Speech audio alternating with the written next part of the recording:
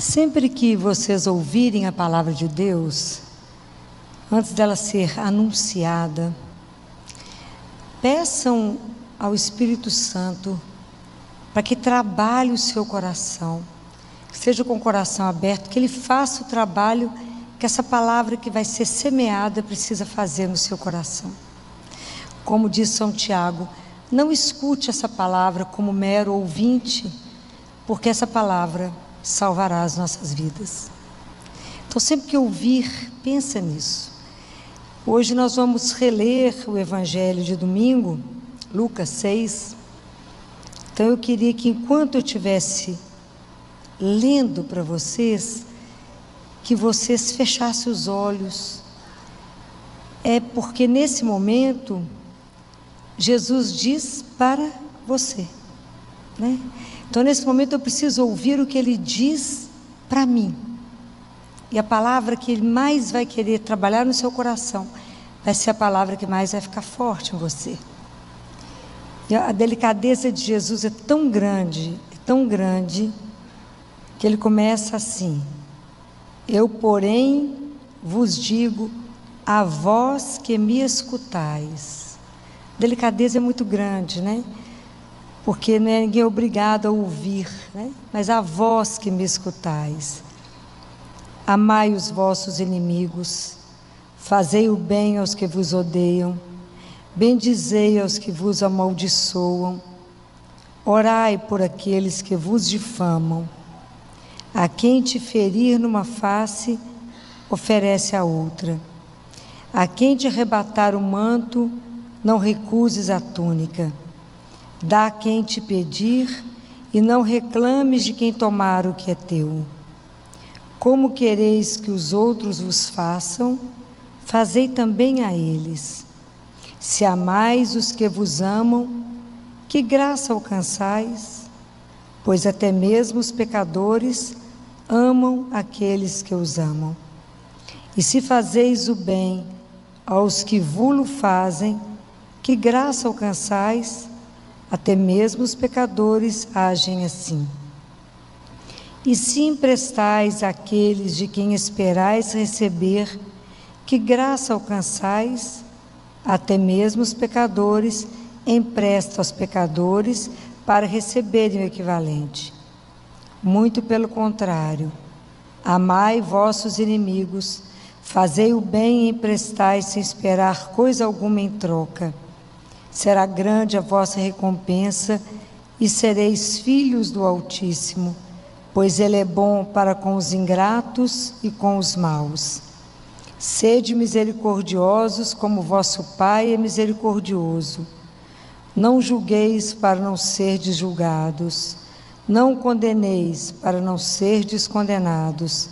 Perdoai e vos será perdoado. Dai e vos será dado. Será derramada no vosso regaço uma boa medida, calcada, sacudida, transbordante, pois com a medida com que medirdes, sereis medidos também. Palavra da salvação. Quando a gente escuta esse trecho, e ele tem um impacto, né? Que a gente escuta esse trecho, é um trecho que é um impacto para nós, né? Porque é difícil. Se isso fosse somente lei, se fosse uma lei ditada para nós agora, seria difícil de viver. Porque a lei, ela te é entregue, você se vira para cumprir, revelando exatamente que a gente é incapaz de fazer isso, né? Mostra exatamente a nossa pequeneza, a nossa fragilidade, a nossa miséria diante disso. Mas isso aqui não é lei. Isso aqui é o Evangelho de Jesus. Isso aqui é a boa nova dele. Isso aqui é diferente.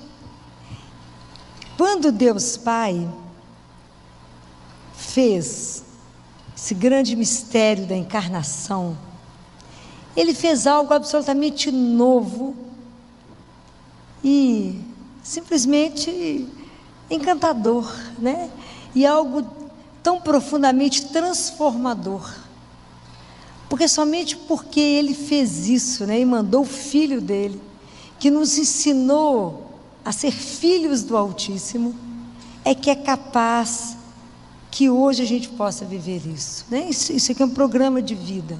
É possível que a gente viva isso, porque Ele fez a coisa de uma forma que Ele transformou de tal jeito o homem, que o homem é capaz de perdoar, de esquecer, de amar, de rezar pelos inimigos, para não julgar. Por quê? Ele falou isso em Ezequiel. Olha, Ele falou isso muito antes, né, de que Jesus viesse. Ele falou em Ezequiel 26, no capítulo 36, Ele disse: dar-vos-ei coração novo, porém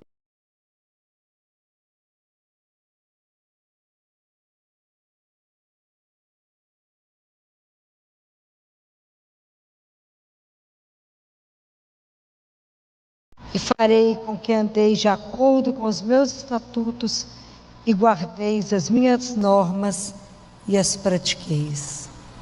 Então, na verdade, acontecerá, né, o que Deus colocou para nós. É uma proposta tão maravilhosa que Ele nos deu Jesus como modelo. Isso aqui é possível viver somente por uma coisa. Porque Jesus, além de nos dar o modelo do que é como ser filho, né? Como é que é ser filho de Deus, né? Que ele diz, está descrito aqui na carta dos Romanos,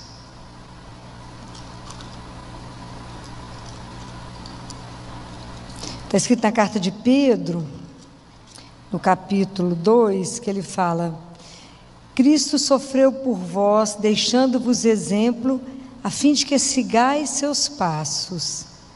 Ele não cometeu nenhum pecado, mentira nenhuma foi achada em sua boca. Quando injuriado, não revidava, ao sofrer, não ameaçava. Antes punha sua causa nas mãos daquele que julga com justiça. Então, Ele deu um modelo. Como é que a gente vai fazer para seguir esse modelo? A gente só é capaz disso por causa de uma coisa. Qual é? Como é que nós vamos dar conta de viver o Evangelho? Como é que nós vamos dar conta de trabalhar a nossa conversão, né? Porque a nossa conversão é isso, quando a gente toma uma atitude e todas as nossas ações estão comprometidas por causa dessa ação.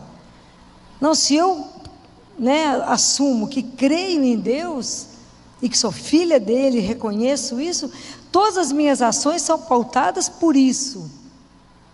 Mas por que a gente dá conta? Por que a gente está a caminho? Vocês estão aqui numa terça-feira por causa de uma palavrinha. Qual é? Outra, nem fé nem amor. Qual é? Qual da graça? Aprenderam? Por causa da graça que é derramada em nós. Porque a gente sozinho não é capaz de ler, servir a paz. Eu falo: sou eu não. Não sou eu. Imagina, Senhor, se eu vou perdoar, fez mal para mim, vou dar um jeito de dar o troco, né? É só o namorado trair, fala: mas eu vou trair do mesmo jeito, ele vai ver o que eu vou arrumar. A gente, porque isso é inerente ao ser humano, né? A gente vai querer pôr o pé para o outro cair, né? Não tem jeito. Mas é a graça de Deus que vai nos transformando. Mas para que a graça de Deus possa atuar na minha vida, na sua vida, o que nós temos que fazer? Primeira coisa, nós temos a liberdade, ok? Guardem isso. A nossa vida com Jesus é o encontro da graça com a liberdade. Então, primeiro eu falo com ele: Jesus, eu quero te seguir. Ele fala: que lindo, então eu vou te dar graça. Jesus, eu quero rezar, então eu vou te dar graça. Jesus, eu quero confessar, Ele te dá graça, porque sem a graça a gente faz nada. É o que Ele fala em João 15: sem mim nada podeis fazer. E nada é nada. Nós temos a ilusão que fazemos alguma coisa. Então, por causa da graça, nós somos transformados. Como é que Jesus pode nos transformar? Somente se Ele encontrar conosco, ok? Não que ele não queira, o problema é a gente querer. Como é que um milho vira pipoca? Se eu puser no fogo. Como é que eu vou ser transformada se eu for exposta ao fogo, que vai me consumir sem me destruir? Isso é o Espírito Santo de Deus que tem que nos queimar, tem que nos pegar de jeito. Tem que pegar esse coração duro e dar um coração de carne. E é Ele que tem que nos transformar, Ele que tem que nos fazer experimentar a experiência de ser amado. Porque como é que eu vou amar alguém? Porque para eu poder esquecer, perdoar, não julgar nem nada, eu tenho que ter um amor imenso por você. Como é que eu consigo ter esse amor? Se eu me sentir amado. Então essa é a primeira experiência que todos nós temos que fazer, de ser amado de uma forma tão incondicional por Deus. Deus nos ama tanto, e de entender que Ele tem uma paciência tamanha conosco, e que Deus me perdoa tanto, que eu falo, eu tenho que perdoar o outro que é igual a mim, mãe? Se aquele que é o Senhor de todas as coisas, me olha com compaixão, e me perdoa, quem sou eu para não perdoar o outro? Mas isso é um caminho. Porque às vezes a gente começa a nossa vida espiritual, e eu dou muito exemplo com criança, porque eu acho que a gente é menino mesmo diante de Deus. A criança, ela pega, por exemplo, uma semente para plantar, e ela quer comer do que vai gerar aquilo ali. Então ela vai lá e planta, e todo mundo ajuda ela a plantar. No dia seguinte ela levanta cedo, vai correndo para ver se já está pronto para ela pegar e comer. Nós somos assim na nossa vida espiritual. A gente nem bem começou os primeiros passos na vida espiritual, e a gente acha que já vai colher todos os frutos. Toda a nossa vida espiritual é uma profissão de fé, porque Deus respeita uma coisa que chama liberdade. Então, para que a gente possa conseguir viver esse evangelho, a gente precisa de permanecer em Deus. E nós somos, às vezes é muito volúvel. Às vezes vem uma onda, nós vamos na onda. Passa a moda, a gente sai da moda. Até a gente ter uma fé madura, que independente do que te aconteça, você permanece em Deus. É um tempo, é um chão, é muita Eucaristia que gasta, é muito joelho que gasta. Porque senão um dia a gente começa muito bem rezando, depois a gente acha que a gente grande já sai fazendo as coisas sozinho. Aí tem que voltar de novo. É igual o menino quando aprende a andar, gente. É só lembrar de um menino de 1 ano. Ele anda de base larga porque não tem nem sustentação, porque a fraldinha não deixa. Mas ele acha que ele é grande. Então ele começa a andar e você tenta ajudar, ele bate e fala, dá licença, né? Volta para lá e sai que eu dou conta. Vai e cai, você fica esperando para dar o colo. É Deus conosco. Então, para a gente dar conta de viver isso aqui, não é brincadeira. Porque o primeiro desejo do ser humano é gostar só daquele que gosta de mim. Mas eu vou ter que conviver, então, em ambiente de trabalho, na família. Isso é o nosso grande desafio. Se eu assumo que eu sou cristã, já está todo mundo me olhando torto. Como é que eu vou comportar ali? Como é que eu posso ter o mesmo padrão de comportamento? Não é ser melhor, nem ser pior. Cristão não é melhor nem pior. É um jeito diferente de viver, porque é o jeito de Jesus. É isso. Então como é que você vai reagir diante disso? E a carta de Tiago, ela me põe tonta. E tem uma semana que eu estou pensando nas frases de Tiago, né? Eu estou andando, agarrada nele. Já marquei até confissão, porque a situação é grave. Só ler Tiago, que você fala, nó, misericórdia, tem saída não. Quando Tiago fala assim, estejam prontos para ouvir, morosos para falar e morosos para se irritar. Pode imaginar que a gente está seguindo essa linha. O povo nem acabou de falar, já está brigando. Então, a hora que você vai, e é tão interessante que à medida que Deus vai nos transformando, na hora que você vai irritar, você morde a língua e fala, não, tem que ficar moroso para falar. Bem calminho, bem lento, deixa o outro falar. É um trabalho, porque na verdade a nossa vida é uma batalha espiritual conosco. Para poder viver esse homem espiritual que Jesus nos mostrou, isso é uma luta Porque o mundo está sempre nos seduzindo de um outro jeito. Então, o dia inteiro, a gente se voltar para o Senhor, a gente precisa da vida de oração. Porque sem a vida de oração, eu me perco. E daqui a pouco eu estou reagindo igual o mundo reage. Eu preciso de reagir como Deus reagiria no meu lugar. Isso é um treinamento. Ninguém vira atleta da noite para o dia, vira? Né? O atleta, ele tem que treinar todos os dias. Você vai fazer um salto à distância, quando seu treinador te coloca, vai aumentando a altura, você treinar para você ficar melhor. Assim é a nossa fé. Para mim poder acreditar cada vez mais estar perto de Jesus, eu tenho que querer, primeiro passo. E eu tenho que ter um tempo, segundo passo. Eu tenho que ler a palavra, eu tenho que meditar e eu tenho que mudar as minhas ações. Mas Jesus, ele é tão doce, que eu já falei com vocês. Ele só vai transformar em vocês aquilo que vocês apresentarem para Ele. Se vocês falarem com Ele, não, Senhor, sou ótima, não tem nada para resolver, ele vai ficar do seu lado. E não vai agir em nada. Mas se vocês falar com Ele assim, Jesus, guarda minha língua. Não, estou apavorada com a língua. Aí, fala com Ele. Resto todo dia pela minha língua, falo demais. No hospital, né, a vida, no consultório, o dia inteiro eu falo. Então, a língua, quando eu penso na língua de Santo Antônio, que está lá viva, para vocês quiserem ver, que ele só falava de Deus. Quando ninguém queria escutar o Evangelho, ele ia para a beirada do rio, os peixes saíam para escutar a palavra. Então, você pensa no dia, o que você mais falou?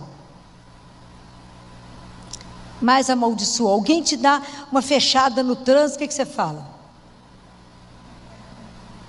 Não precisa comentar. Aí você pensa assim, você fala, que Deus te abençoe, meu filho. Deve estar com mais pressa do que eu. A gente não sabe, não é verdade? E é tão interessante que eu queria comentar uma coisa para você, com vocês, que às vezes a gente discute pouco, mas que a gente precisa discutir, porque há uma tendência da personalidade nossa, do ser humano, que é isso que Jesus vem tocar na ferida, né? Não julgueis. Coisa simples. Para não ser julgados. Não condeneis, para não ser condenados. A palavra aqui, ela é muito dura sobre isso. Tanto Tiago, né, meu amigo Tiago, estou de mal agarrada nele. Tanto Tiago quanto São Paulo, eles pegam muito pesado com a questão do julgamento. Porque o problema não é eu te julgar para que você não me julgue. Eu não te julgar para que Deus não me julgue. Compreenderam a dimensão disso? É muito grande.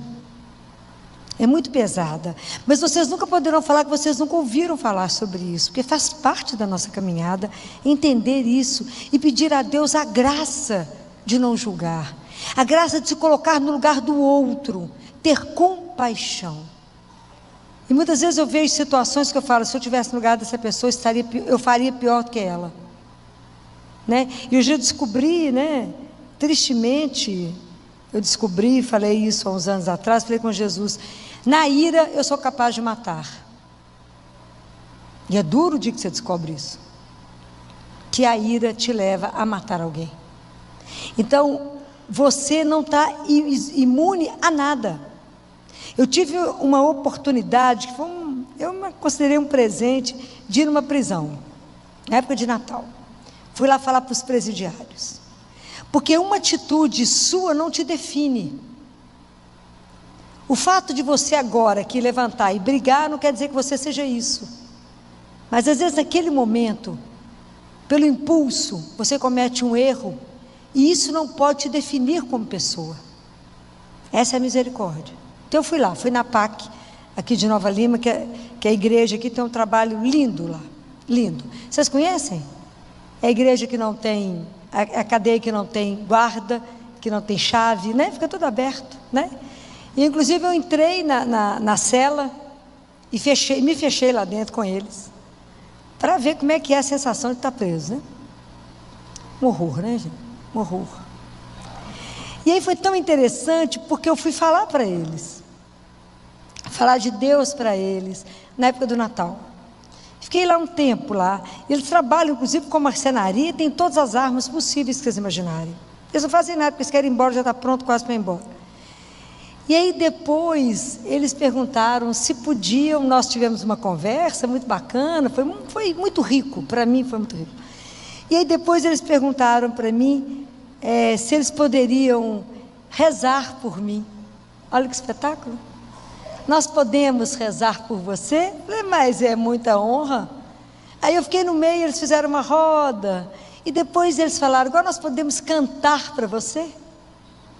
E eles cantaram, e a gente dançou. Olha, eu nunca imaginei que eu ia estar no meio de tanta gente que matou, tanta gente que roubou, tanta gente que fez tanta coisa grave diante da sociedade, dançando e cantando. Porque primeiro eles já tinham sido perdoados por Deus, eles precisavam de se perdoar, e entender que eu falava isso com um senhor, e falei isso com eles, uma atitude sua não te define, né? Então, esse não julgar, né? Isso, não condenar, não corrigir o erro, é diferente. A gente tem que ter consciência que um ato nosso determina um sofrimento, e eu preciso reparar isso. Isso é uma coisa. Isso é o pecado que Deus não quer que a gente cometa, mas o pecador ele ama, e a gente tem que restaurá-lo. Essa é a diferença, né? Então eu não posso simplesmente anular o outro, mas eu tenho que trabalhar para que ele possa ser reintegrado na sociedade.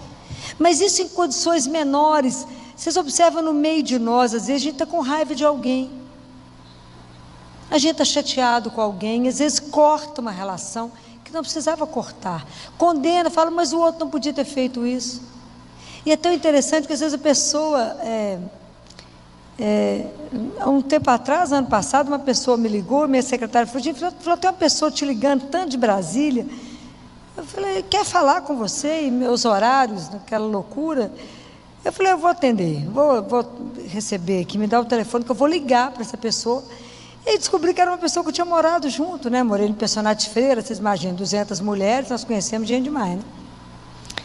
E ela falou, Filó, eu preciso falar com você. Falei, uai, menina, quanto tempo a gente não conversa? Porque eu estou sem paz. Uai, mas o que aconteceu? Porque eu não aguento mais ir ao padre, pedir perdão, mas eu precisava conversar com você para você me perdoar. Falei, de que, gente, que eu estou sabendo?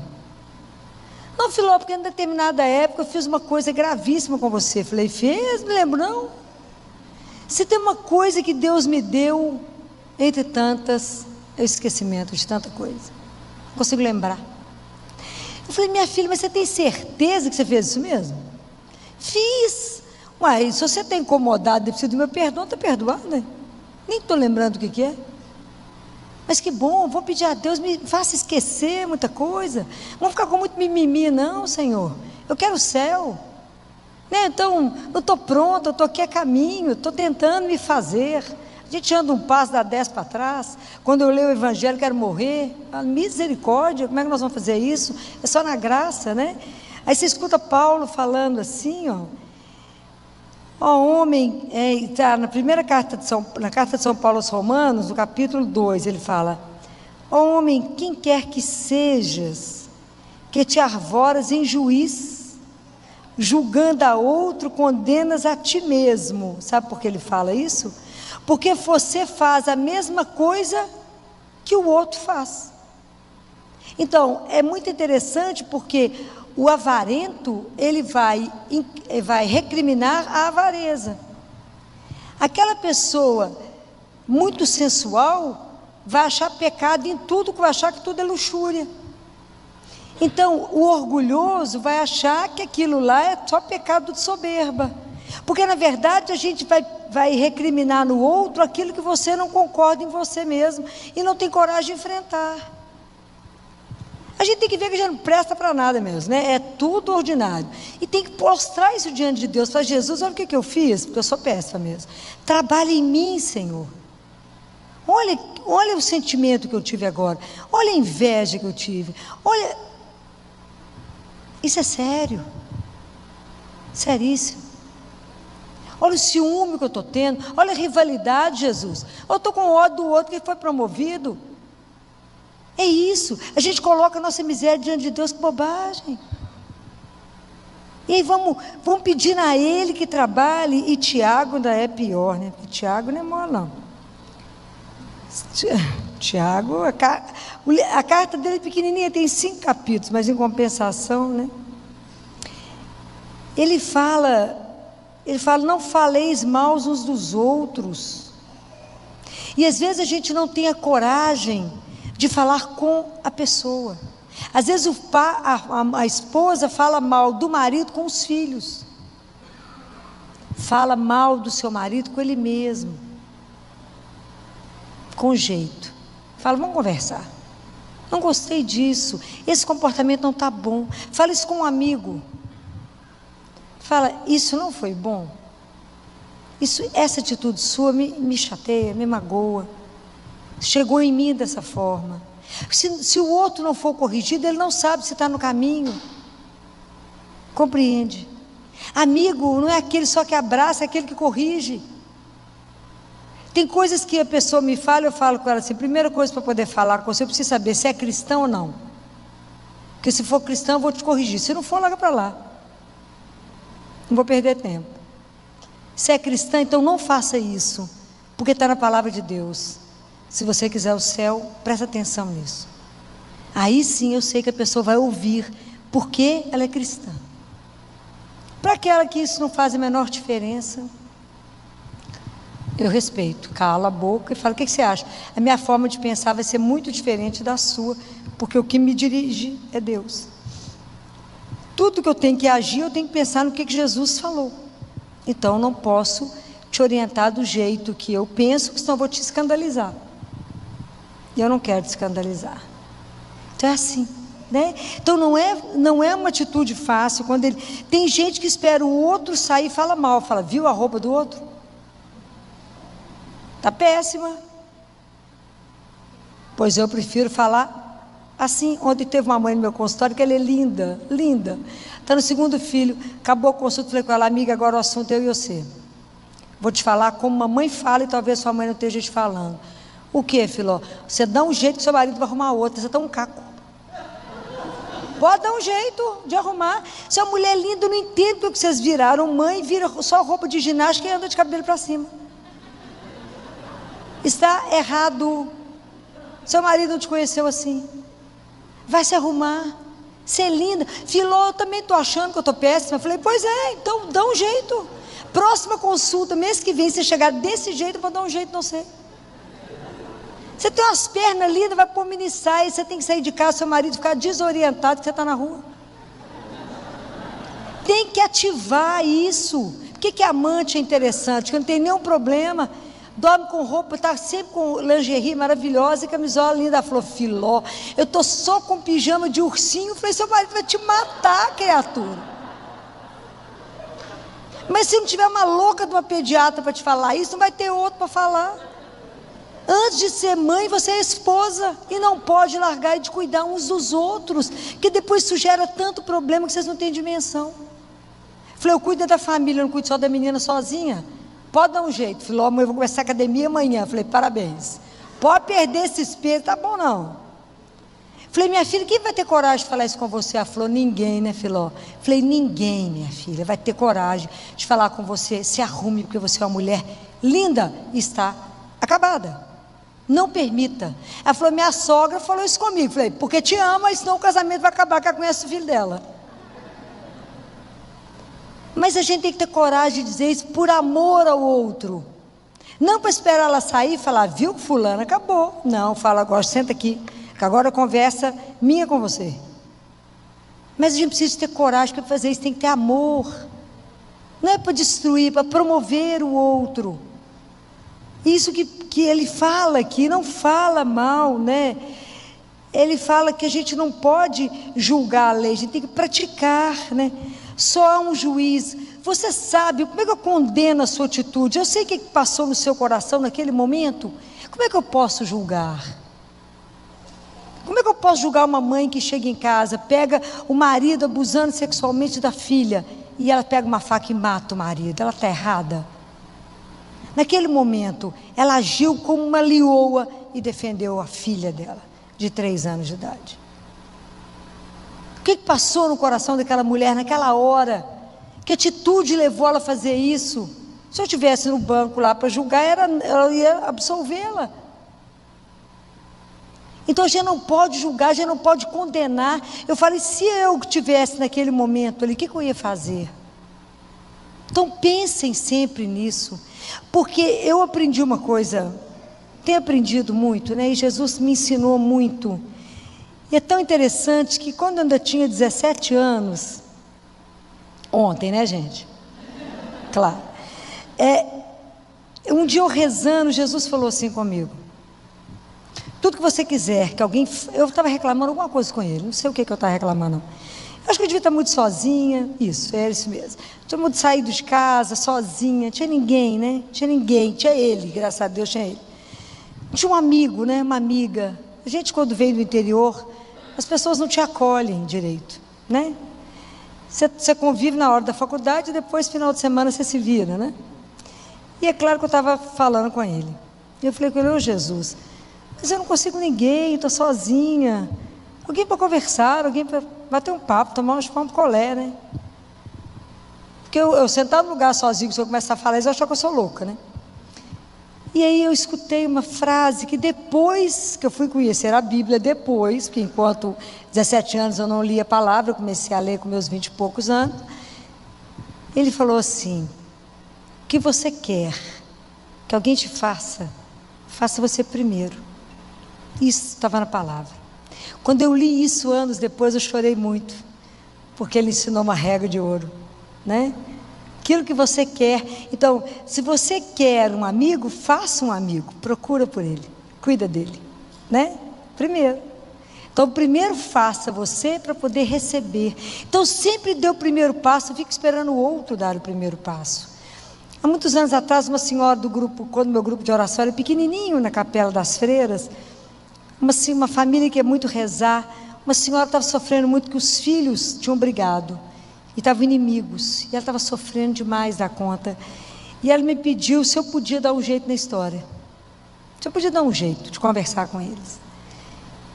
Então eu fui procurá-los separadamente, e aí um falou assim: mas eu estou esperando ele tomar uma atitude. Eu falei: não. Ele falou: eu estou aberto, eu estou esperando só que ele venha. Eu falei: então vamos lá junto? Vamos lá. A gente tinha preparado a casa dela com os filhos todos, eu cheguei lá com o outro. Vamos lá fazer a reconciliação, somos irmãos.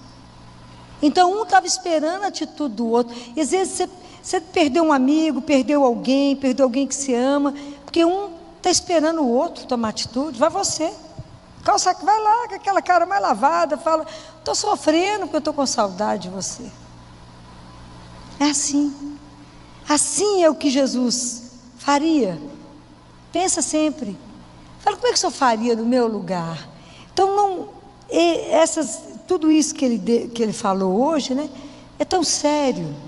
E são regras para a nossa vida. Porque é dessa forma que a gente agir que as pessoas irão ver que nós somos filhos de Deus. É fácil? Não, de jeito nenhum. Não estou trazendo hoje nada fácil, porque também não é fácil para mim. E aí eu estava falando com vocês que Jesus me ensinou tanto, né? Não só essa frase quando ele me disse, mas eu aprendi que a gente tem que ser sorvedouro do mal. Então, você escuta tudo que alguém vier e falar: fulano, você está sabendo? Fulano saiu de casa, está traindo com fulana. Escuta e fala: pronto, ficou por isso mesmo, está de morta. Escuta e não leva o assunto para frente. Sorvedouro do mal. Aquilo que você escutou morreu em você.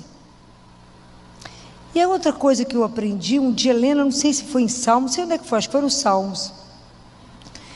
Então, para mim, não me distrair, não me dispersar, não julgar, não observar o outro, porque uma característica de médico, gente, médico dá diagnóstico olhando. Você olha para uma pessoa, você dá um diagnóstico, é uma coisa impressionante. Na postura, na forma de falar, é impressionante, a gente tem uma capacidade de observação muito grande. Então, para mim não correr o risco, fora do trabalho, de ficar observando os outros, falando que eu não devo, ou pensando que eu não devo, Eu só assisto missa, assim, de preferência na primeira cadeira, ou quando eu estou aqui de ministro, ou aqui, de frente, que eu só olho para o altar, né, para não correr risco. E segundo, eu descobri que quando eu não estou nessa posição, que aquele que fez os olhos, fez a pálpebra. Então, para mim não julgar, eu fecho os olhos. Isso eu aprendi na palavra de Deus. Então, tem situações que eu prefiro nem observar para não lançar um juízo, mesmo que eu não fale. Eu pensei, se eu pensei, já pequei, que eu já julguei aqui, né? Então eu fecho os olhos, falo com Jesus, daqui um dia eu vou cair morta na rua, né? Porque eu não vou enxergar nada, porque tem que fechar o olho para tudo. Não posso olhar para a direita, não posso olhar para a esquerda. Está difícil, tem hora que a situação, eu falei com ele aqui, amigo, cá entre nós, um dia eu estava dirigindo, eu falei com ele, olha para a direita a situação, não pode julgar, olha para a esquerda, está ficando difícil de olhar, tem que olhar para frente, às vezes a situação está na frente, fala com ele, você há de fazer um abatimento na situação, porque não está fácil, não porque a gente tenha verdade, mas é porque isso é um traço da nossa personalidade, né? Já na hora que você olha, você condena, você julga. Então tem muita coisa para que Deus não se apavore, como eu não me apavoro. Eu leio isso e falo, nossa Jesus, que programa de vida, né, amigo? Nós temos até o fim do meu tempo aqui para o Senhor trabalhar tudo isso em mim. Mas por isso precisamos rezar muito, por isso precisamos confessar muito, por isso precisamos de muita Eucaristia, para que a gente possa entregar para Ele a nossa alma de leproso, né? Porque nós somos leprosos de alma, como dizia São Francisco, né? Fala, Senhor, olha a lepra, e se o Senhor pode me curar, me fazer nova de novo, me dá um espírito novo, Senhor, me dá um coração novo, me ajuda, eu quero pela minha vida revelar que sou filha do Altíssimo, mas me ajuda, porque sem a sua graça não vai revelar nada. Aliás, eu posso comprometer o teu santo nome. Isso é um caminho. Nós já fizemos só a semente que foi plantada. Como que essa semente cresce? De repente, você vai estar conversando com alguém, na hora que você for emitir um juízo, você vai ter uma tosse, você vai mudar de assunto. Aconteceu, não esqueci, era outra coisa que eu ia falar. Pronto, muda de assunto. É assim, né? Quando a gente lá no grupo de oração, quando a gente morava no pensionato, e depois que a gente rezava, a gente ia comer, né? Estudante é sempre esfomeado, pobre, a gente não tinha dinheiro para nada. Sempre falava assim, eu estou com uma fome, o que você tem no quarto? Outro falava assim, eu tenho água. A água que todo quarto tinha. Outro falava, eu tenho pó de café, o outro tinha açúcar, outro tinha um pedaço de pão. Fazia um banquete. Quando a gente sentava para comer, as pessoas falavam assim, vão falar mal dos outros? Eu falava, ótima ideia, tinha acabado de rezar, ótima ideia, vamos, a gente começa falando de você. Esse assunto foi abortado na história, porque quando a gente se reunia, descobriu que a gente falava, na verdade, era de si mesmo. Então vamos falar de nós mesmos? Mas isso é um treino, né? Jesus vai nos treinando, mas à medida que eu me exponho a Ele. Então, meus queridos irmãos, assim, essa palavra de hoje, longe de ser algo que nos desanime, é a palavra que nos encoraja, a exemplo de Nossa Senhora, que quando o anjo apresentou para ela a missão dela, ela falou, eu não sou capaz, como é que isso vai acontecer? Ele falou, né, o Espírito virá sobre ti. Então, quando ela falou, faz em mim aquilo que o Senhor precisa fazer. Então que a gente também tenha a audácia, a coragem de pedir a Nossa Senhora que nos conduza, que nos ajude a fazer uma entrega a Deus tamanha, que fala, Senhor, eu falo isso com Ele todos os dias, não deixe a obra que eu sou ficar inacabada, permita que eu consiga completar na minha vida aquilo que o Senhor sonhou quando o Senhor me fez. Termina a obra, permita que encerre tudo o que o Senhor fez. Eu falo com Ele todo dia, Jesus, o tempo é curto, está acabando, me ajuda a encerrar aquilo que eu vim fazer. E assim, Deus não vai deixar nada inacabado, mas entrega para Ele, aprenda que somos dependentes dEle. Vamos pedir a Nossa Senhora que nos conduza, ela né, que fez tão brilhantemente tudo, foi aquela que ouviu, que permitiu que a palavra trabalhasse nela, e que ela que gerou a vida, né? Porque tudo isso não é uma ilusão, né, gente? A igreja, aquilo que nos revela, Deus, Jesus, Maria, os santos, isso não é uma ilusão, isso é real. Um dia nós os veremos, um dia as nossas mãos também irão tocá-los. Aquilo que os apóstolos falaram, né? O que os meus olhos viram, o que os nossos ouvidos ouviram, o que as nossas mãos tocaram, nós tocamos na vida. Um dia nós vamos tocar. Isso é real. De verdade, isso não é uma história de carochinha, né? Nossa Senhora não nos deu uma ideia, ela nos deu Jesus, né? Então que ela nos ajude a amá-lo, e que por sermos amados por Ele, nos dê a graça de ter como gratidão desse amor, amar. O dia que a gente aprender a amar, tudo isso aqui é simples, porque o amor passa por tudo isso. Por que uma mãe perdoa sempre? Pelo amor. Mãe, mas olha o que esse menino fez com a senhora. Mas mas ele é tão bom, gente. Menino bom desse jeito, né? Eu já falei isso com vocês. Por que todos os presos são, né, eles conseguem pegar os criminosos? Porque eles fogem para cada mãe. Porque a mãe é aquela única que visita, né? Então é interessante. É o amor que faz visitar, é interessante. Na penitenciária, quem tiver com a palavra de Deus, abra em Marcos, capítulo 10, versículo 35 a 40. Foi o evangelho de domingo, né? Tiago e João, filhos de Zebedeu, foram até ele e disseram-lhe: Mestre, queremos que nos faça o que te pedimos. Ele perguntou: Que quereis que vos faça? Disseram: Concede-nos na tua glória sentarmos-nos um à tua direita e outro à tua esquerda. Jesus respondeu: Não sabeis o que pedis. Podeis beber o cálice que eu beberei, e ser batizados com batismo com que serei batizado? Eles disseram-lhe: Podemos.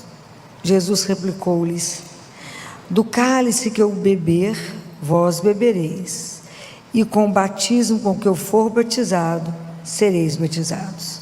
Todavia, o assentar-se à minha direita ou à minha esquerda, não cabe a mim concedê-lo, mas é para aqueles aos quais isso foi destinado.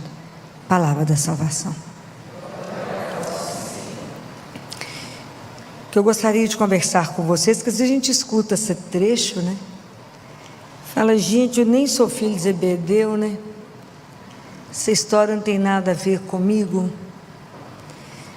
Mas, na verdade, a pergunta que tem que ficar para nós é: podereis beber o cálice? O que significa isso?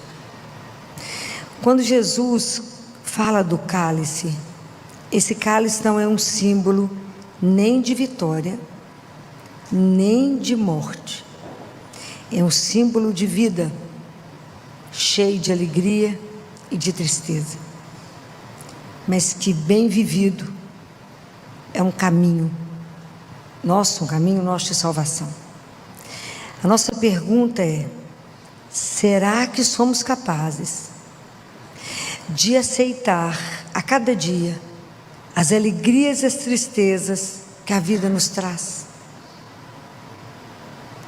Será que somos capazes de viver isso como precisa ser vivido? Que quando Tiago e João responderam isso, eles não tinham noção do que eles estavam respondendo. Porque às vezes, um primeiro momento, é simples falar: você pode beber o cálice? Fala: posso. Mas para beber o cálice, eu preciso segurá-lo, elevá-lo e bebê-lo. São 3 movimentos que a gente precisa compreender isso. Então, Tiago e João não tinham noção de quem era Jesus. Eles ainda não tinham noção que o líder deles seria morto, era colocado numa cruz. Eles não tinham essa dimensão. Eles ainda não tinham imaginado que o líder deles acabaria assim, não é? A ilusão que eles tinham era que caminhariam com Jesus, mas que teriam uma recompensa. Quando em Mateus a mãe deles fala com Jesus, ela fala: ordena que um filho meu senta à direita e à esquerda. Então eu quero uma recompensa concreta. Nós queremos poder, dinheiro, fama e sucesso. É isso que nós queremos. O que eles imaginavam? Que quando Jesus assumisse o reino, ele ia julgar os romanos para lá. Jesus assumiria o reinado, estabeleceria um grupo dele de ministros, e cada um assumiria um cargo, e eles teriam total sucesso. Vocês imaginem quando Jesus falou: vocês podem fazer isso? Podemos, ó. Aí vocês imaginam quando eles começaram a caminhar com Jesus e começaram a perceber que o reino não era bem isso. Quando é que eles podiam imaginar que eles iam ter que viver daqueles sim? Quantos sims? Quantos sims seriam dados? Não é fácil. Vocês imaginam o desafio que eles foram compreendendo, porque independente deles quererem isso, o homem Jesus havia seduzido o coração deles.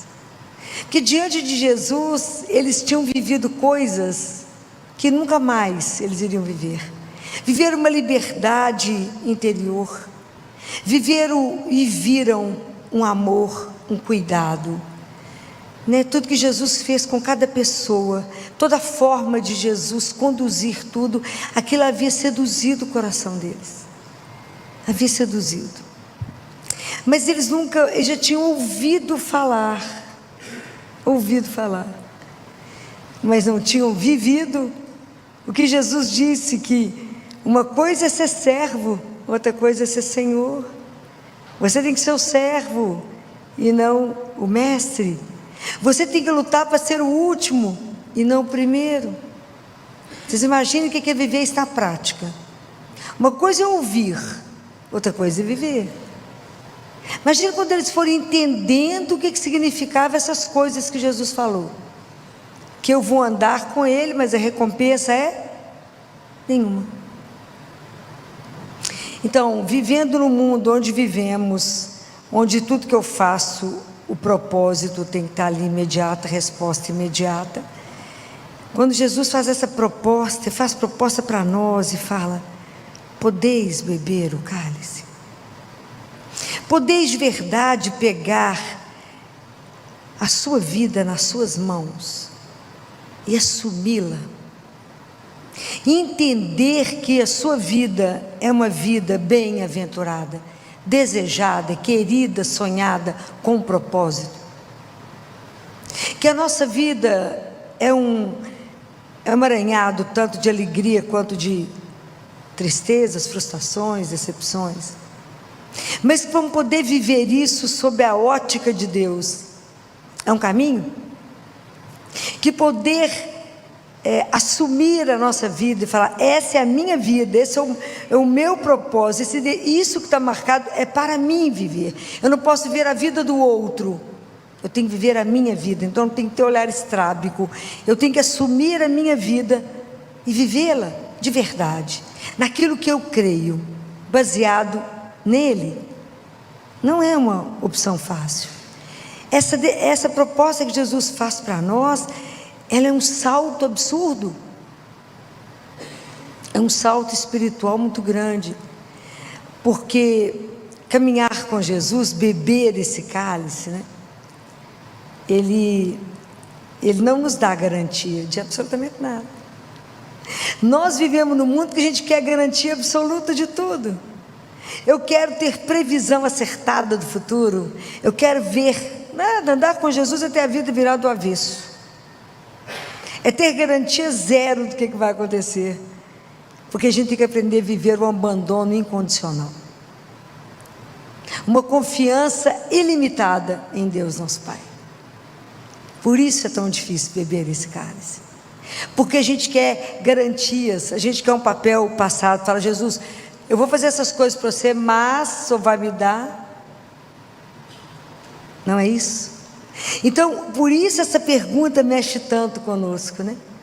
Podeis assumir a sua vida? Podeis assumir que no meio do seu sofrimento, que quando você está sendo esmagado igual uva, você ainda não tem dimensão do vinho que você está sendo transformado. Você não vai fazer da vida do outro, porque você está vivendo uma dor, uma outra dor. Será que somos capazes disso? Nós podemos ver quando Jesus estava sofrendo lá no Monte das Oliveiras, e Tiago e João estavam lá, claro que não deram conta porque dormiram. E quando Jesus, no meio da tristeza, é consolado por um anjo, né? Está lá em Lucas. Isso é tão interessante para a gente começar a compreender essas coisas da dor, né?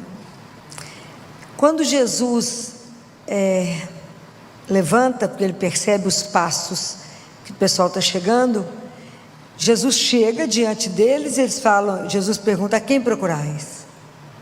Eles falam: Jesus de Nazaré. Ele fala: sou eu. A turma cai, não é? E Pedro, quando eles vão em cima de Jesus, Pedro pega uma espada e corta a orelha de Malco. Malco era mais ou menos um diácono. Ele trabalhava para Caifás. E o sonho de Malco era ser um sumo sacerdote, era substituir Caifás.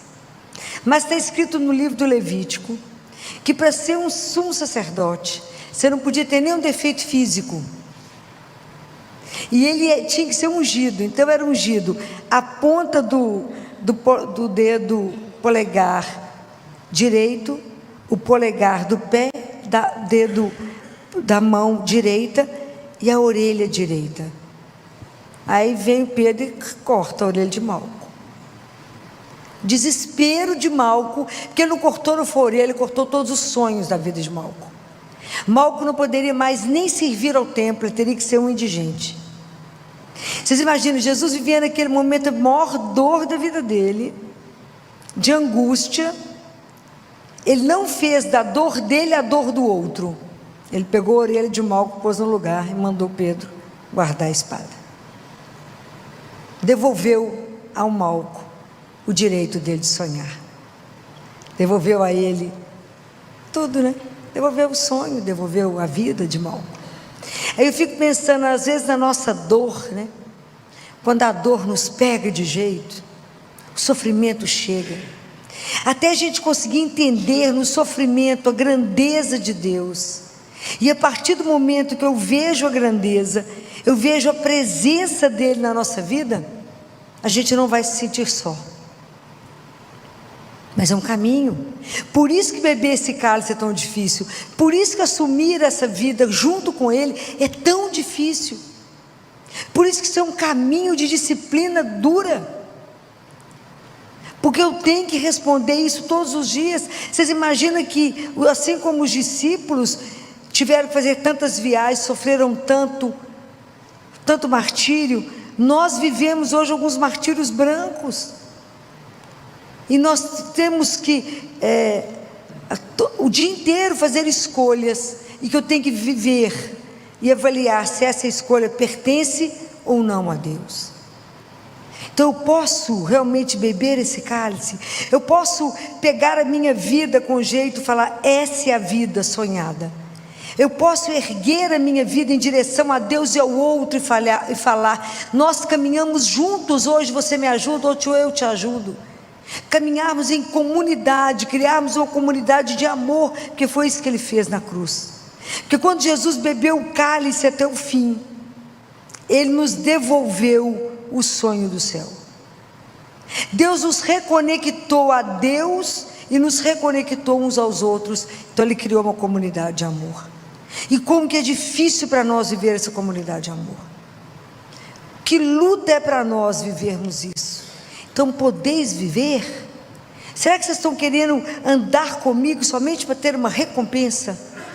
Somente para ter um brilho, para ter um sucesso, para ter um momento de glória? Caminhar com Deus é chão batido. Ninguém vê, a não ser Ele. São opções de uma vida sem brilho, mas é a opção de uma vida que o dia inteiro eu faço opção por Ele, pelo irmão, por causa dele. A gente aprende a viver um amor Então, quando a gente vai beber esse cálice até o fim, isso é uma atitude de vida, baseado na confiança, baseado na esperança e baseado numa entrega incondicional. Não é brincadeira. Então, quando Jesus viveu esse cálice até o fim, que ele bebeu até o fim, ele fez e nos ensinou uma entrega incondicional ao Pai. Então, essa intimidade que ele vive com o Pai, de amor, de confiança, é a mesma que ele quer nos ensinar. Então, quando ele nos propõe isso, ele fala: você quer viver uma vida aonde você não tem garantia de nada a não ser o meu amor? Você dá conta de viver isso? Quando é uma vida de entrega, de confiança incondicional. Por isso que é um processo. Por isso que o nosso processo de conversão, ele é lento, porque nós demoramos demais a trabalhar tudo isso em nós. Viver uma vida onde eu faço opção por Deus e creio num amor incondicional. Então, para eu poder viver essa vida, eu tenho que estar com os meus pés centrados, enraizados naquilo que eu sou. E o que eu sou? O que você é? Filho de Deus. Então, Senhor, como é que eu vivo essa vida, sabendo que eu sou filha do Altíssimo? Qualquer filho não, um filho amado. Eu sou um filho ou uma filha amada de Deus. Então, por isso, eu posso viver na certeza de que eu serei cuidada. Eu posso me entregar, eu posso me abandonar, porque Deus irá cuidar de mim e vai me dar, sabe, de tudo que eu preciso e dará tudo que eu necessito na hora certa. Confia bastante para isso? Claro que não. É um desafio. É um desafio. Então, por isso que essa proposta é um salto espiritual que eles não tinham dimensão. O que eles respondiam? Eles falaram: claro que podemos. Eu falo: claro que eu não posso. Claro que eu não posso, Senhor. Porque eu ainda preciso de garantia. Eu ainda falo: Senhor, você vai fazer mesmo direitinho? Eu vou pular aqui, mas o Senhor vai me segurar? Eu posso cair. Você vai fazer isso? Você acha que a gente faz igual criança, que você está aqui em cima do altar, você fala pula? Ela não pensa, ela pula. Nós precisamos de garantia. Mas se eu fizer isso, será que? Nós temos dúvida básica se eu rezo, Deus escuta. Estou falando mentira? Não. Eu entrego as coisas para ele, fico desesperado, em poucos segundos falo: ele não escutou, ele não vai fazer, então eu mesmo faço. Eu acabo de falar com ele, eu mesmo tomo atitude, faço errado. Como é difícil viver o silêncio diante dele. Como é difícil viver a entrega.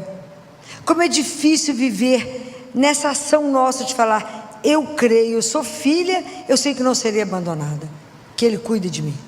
E ter uma vida de coerência com isso. Não é uma brincadeira, porque ela exige de nós, que eu sempre digo para vocês, nós temos que ter disciplina.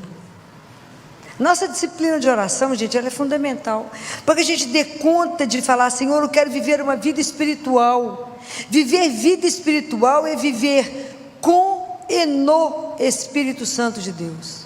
Não tem outro caminho, não tem outro Espírito para vocês viverem, não, é nesse. É no Espírito Santo de Deus. É só Ele que pode nos conduzir, é só Ele que pode nos orientar, é só Ele que pode nos dar coragem, audácia, para viver de verdade como filho do Altíssimo.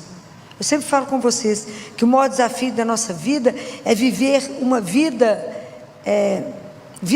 ser filho do Altíssimo. Não tem um desafio tão grande quanto esse. Ter um comportamento que revela que somos filhos dele. Viver nesse abandono, nessa entrega radical, de falar: ele é meu pai e ele fará. Não, se eu não tiver um monte de segurança na conta bancária, no nome, nas pessoas importantes e famosas, isso serve para quê mesmo? Para nada. Se a gente não tivesse a consciência de que todos somos filhos, Então, quando a gente tem consciência de que a gente é filho dele, a gente é capaz de beber, de permitir que a nossa vida, como desses discípulos, sejam consumidos até o fim, e de viver uma vida de coerência com ele até na hora da nossa morte. Hoje é dia de João Paulo II. Aos 25 anos de idade, ele se tornou padre. Aos 38, se não me engano, bispo. Aos 58, papa. O maior pontificado até hoje da história. E teve que viver uma vida de entrega absoluta, de confiança absoluta. Quando vocês leem a história, a biografia dele, ele fala que às vezes ele ia dormir com tantos problemas que ele falava: não precisa se preocupar, amanhã eu vou contar tudo para o Papa. Aí de repente ele lembrava e falava assim: opa, o Papa sou eu. Amanhã eu conto para o Papa. Aí era ele mesmo. Ele ia tantas vezes fazer adoração, já contei isso para vocês, que eles trocaram o piso do Vaticano, da capela, porque eles achavam que ele ia ter uma pneumonia, que ele ficava deitado em forma de cruz. Ele ia pelo menos 3 vezes ao dia prostrar diante dele, em confiança absoluta, em entrega absoluta. E o quanto que a gente vive uma fé ainda tão fraca, né? Eu acho que vocês nunca pensaram que essa pergunta de Jesus: podeis viver o cálice, podeis beber, é pergunta para cada um de nós. Você pode viver uma vida de entrega para mim, viver por mim, para mim. É aquilo que a gente reza hoje, quando a gente reza a oração, a Sagrada Face, que eu possa viver somente convosco, por vós, em vós, para vós. Que distância existe até a gente dar conta de cumprir isso? Ter os mesmos sentimentos dele, os mesmos desejos dele, e viver somente para cumprir a vontade dele. Ô luta! Porque na verdade nós queremos muitas vezes ter Deus para usar de Deus, às vezes por prestígio, às vezes para fama, e às vezes para que ele faça aquilo que eu quero. Não fará. Então o desafio de hoje ele é grande, mas hoje nós vamos pedir a Jesus a graça de viver no Espírito Santo e com o Espírito Santo, para que ele possa nos conduzir em todas as ações da nossa vida, para que todos os dias da nossa vida a gente possa pensar em quantos sims nós temos que dizer, e que a gente possa continuar a cada dia podendo responder sim a essa pergunta que ele nos diz: podeis beber o cálice? Que Deus nos dê a graça de pensar com profundidade na nossa vida hoje, de como que nós estamos vivendo a nossa vida, com que propósito nós estamos vivendo a nossa vida, para onde queremos, aonde queremos chegar, que a gente possa colocar a nossa vida a serviço dele e do outro, porque nenhum de nós se salva sozinho, mas que a gente possa chegar juntos na casa do Pai, que ele possa trabalhar em nós essa coragem de cada momento da nossa vida dizer sim a ele. Qual recompensa você vai ter? Não é essa preocupação, não é essa, não tem que fazer isso para receber aquilo, é sem preocupar, é simplesmente se entregar àquele que por amor me fez, por amor me criou, por amor cuida e por amor espera cada um de nós. Deus espera por nós.